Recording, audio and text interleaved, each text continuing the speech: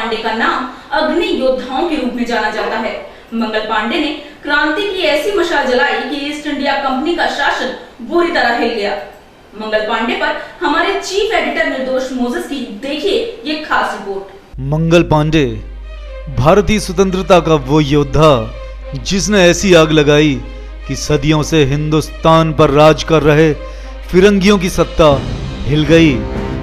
19 जुलाई को जन्मे मंगल पांडे बंगाल हिंदुस्तान के सैनिकों के अंदर रोष पैदा कर दिया। तूने कारतूस मुझसे काहे लगाया? अरे ये तो धर्म भ्रष्ट कर लिया। तो तुम अंग्रेजी का बोला थोड़ी सीख गए हो, अपने आप अंग्रेजी समझने लगे हो।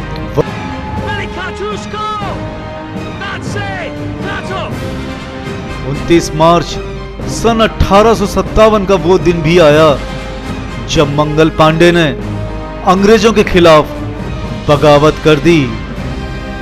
देखते ही देखते पूरे हिंदुस्तान में अंग्रेजों के खिलाफ बगावत फैल गई। जहां जहां खबर फैली वहां वहां अंग्रेजों के खिलाफ विद्रोह शुरू हो गया। प्रसाद को भी फांसी दे दी गई। इस घटना की खबर के फैलते ही देश में जगह जगह आजादी का बिगुल बज उठा और हिंदुस्तानियों तथा अंग्रेजों के बीच हुई जंग में काफी खून भी बह गया। हालांकि बाद में अंग्रेज इस विद्रोह को दबाने में सफल हो गए। भारतीय इतिहास में इस उत्तर प्रदेश के जिला जौनपुर में स्वास्थ्य विभाग ने अपनी लापरवाही से एक प्रसूता की जान ले ली। घर में मौजूद बच्चे ने दुनिया देखने से पहले ही आंखें बंद कर ली। जच्चा बच्चा की मौत के बाद हंगामा मचा, तब जाकर प्रशासन की नींद खुली। देखिए ये रिपोर्ट। ये मामला है उत्तर प्रदेश के जिला जौनपुर का, जहां नगर कोतवाली थाना क्षेत्र के ख्वाजगी टोला निवासी विनोद कुमार की पत्नी रचना देवी को प्रसव पीड़ा होने पर परिजन महिला को जिला अस्पताल ले गए। महिला अस्पताल में पहुंचने पर प्रसव पीड़ा से कराह रही थी। उसके लिए न तो बेड की व्यवस्था की गई, न ही सही ढंग से इलाज किया गया। अस्पताल में मौजूद स्टाफ ने भी उसे बरामदे में लिटाकर छोड़ दिया। तबीयत बिगड़ी तो उसे एक सुई लगा दी गई, लेकिन सुई लगते ही उसकी तबीयत और बिगड़ने लगी। परिजनों ने रचना की हालत देखी तो रोना पीटना शुरू कर दिया। महिला का डॉक्टर पर कोई असर नहीं हुआ। आखिर कुछ समय बाद रचना ने बिना प्रसव के ही दम तोड़ दिया। रचना की मौत होते ही परिजनों ने अस्पताल में बवाल शुरू कर दिया। इसकी सूचना पुलिस को मिली तो तत्काल आला अधिकारी महफूज मौके पर पहुंचे। परिजनों के आरोप पर जांच शुरू हुई तो लापरवाही का मामला सामने आया। ब्यूरो रिपोर्ट, आमने सामने न्यूज, जौनपुर। वक्त हो चला है एक छोटे से ब्रेक का। ब्रेक के बाद देखेंगे कुछ और नई खबरें। Politics, crime, sports. अगर इन खबरों पे है आपकी बारीक नजर, आपकी आवाज भी कर सकती है असर। बढ़ाएं अपनी आवाज का दायरा, बने आमने सामने न्यूज का हिस्सा। ब्रेक के बाद एक बार फिर से आपका स्वागत है। आईएएस अफसर रिजू वाफला ने फेसबुक पोस्ट के जरिए यौन उत्पीड़न का शिकार होने की आप बीती सुनाई। साथ ही यौन अपराध के मामलों पर सुनवाई में जुडिशियल सिस्टम पे कई सवाल भी खड़े किए हैं। देखिए ये रिपोर्ट। यौन उत्पीड़न का शिकार आईएएस अफसर रिजू वाफाना ने फेसबुक पर अपनी आपबीती पोस्ट कर सुनाई है। रिजू ने यौन अपराध के मामलों की सुनवाई पर न्यायिक व्यवस्था पर सवाल खड़े किए हैं। रिजू इस वक्त मध्य प्रदेश के सिवानी में पोस्टेड हैं। युवा आईएएस अधिकारी का सोशल नेटवर्किंग साइट फेसबुक पर डाला गया एक पोस्ट काफी वायरल हो गया और 48 घंटों के अंदर ही इसे सैकड़ों लोगों ने शेयर किया है।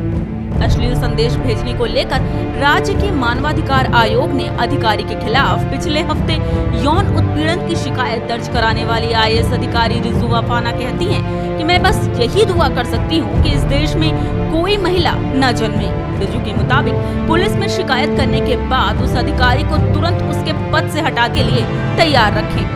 ब्यूरो रिपोर्ट, आमने सामने न्यूज। बिहार के समस्तीपुर जिले में पिछले 300 सालों से नाग पंचमी के दिन लगने वाला सांपों के मेले में आस्था के नाम पर सांपों के साथ खिलवाड़ किया जाता है। इस मेले को देखने के लिए हजारों की संख्या में लोग इकट्ठा होते हैं। देखिए ये रिपोर्ट। बिहार के समस्तीपुर जिले में नाग पंचमी के दिन लगता है सांपों का मेला। सैकड़ों की संख्या में भगत नदी से निकलते हैं सांप। आस्था के नाम पर सांपों के साथ होता है क्रूरता सा व्यवहार। जी हाँ, देश के कई जगहों से लोग यहाँ भारी संख्या में इकट्ठा होते हैं। इस तरह का मेला समस्तीपुर के सिंगिया के बूढ़ी गंडक नदी किनारे में लगता है। आपको बता दें कि पिछले 300 सालों से ये मेला लगता आ रहा है। इसका आयोजन बिहार के समस्तीपुर में नागपंचमी के दिन किया जाता है। बताया जाता है कि नागपंचमी पर लगने वाले इस मेले में विभिन्न प्रजाति के सांप निकलते हैं। कुछ लोग इसे श्रद्धा से जोड़कर भगवान का चमत्कार बताते हैं। लोगों का कहना है कि इस दिन मांगी गई मुराद पूरी होती है।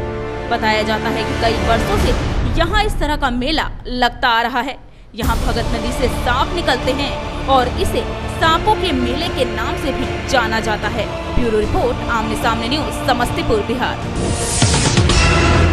गुजरात, राजस्थान इन दिनों भारी बारिश की समस्या से जूझ रहा है। बताया जा रहा है कि इस भारी बारिश के कहर से अब तक लगभग 70 लोगों की मौत हो चुकी है और कई अपना आशियाना भी खो चुके हैं। देखिए ये रिपोर्ट। बारिश से गुजरात, राजस्थान, पश्चिम बंगाल और ओडिशा में तबाही मची हुई है। बाढ़ से बेहाल गुजरात में 70 लोगों की मौत हो चुकी है, जबकि बांग्लादेश में तबाही मचाने के बाद चक्रवाती तूफान कोमेन बीते शुक्रवार दोपहर को पश्चिम बंगाल पहुंचा। बंगाल और ओडिशा में गुरुवार से मूसलाधार बारिश हो रही है। बंगाल और ओडिशा में बीती गुरुवार से ही लगातार मूसलाधार बारिश हो रही है।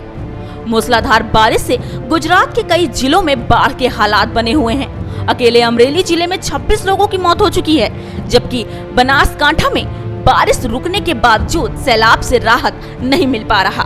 बनासकांठा में मूसलाधार बारिश से करीबन 600 गांव प्रभावित हैं। भोजन और पानी की किल्लत से ग्रामीण बेहाल हैं। रोड और मोबाइल संपर्क भी टूट चुका है। गुजरात के धरोई डैम से 2.5 लाख क्यूसेक पानी छोड़े जाने से साबरमती नदी में सैलाब और अहमदाबाद में 1,500 से ज्यादा लोग सुरक्षित जगहों पर ले जाए गए। पश्चिम बंगाल के कई इलाकों में भारी बारिश से बाढ़ जैसे हालात बने हुए हैं। राज्य के 3 जिलों में कल से ही चल रहे तेज तूफान के चलते सैकड़ों मकान ढह गए। बड़ी संख्या में लोग बेघर हो चुके हैं। हालात इतने खराब हैं कि मुख्यमंत्री ममता बनर्जी को अपना ब्रिटेन दौरा अधूरा छोड़कर ही वापस लौटना पड़ा। वहीं अगर हम बात करें राजस्थान की, तो राजस्थान के जैसलमेर में भी बारिश से सैलाब का माहौल है। लाठी के पास अग्रामिनी बांध टूटने से कुछ गाँव में पानी घुस चुका है।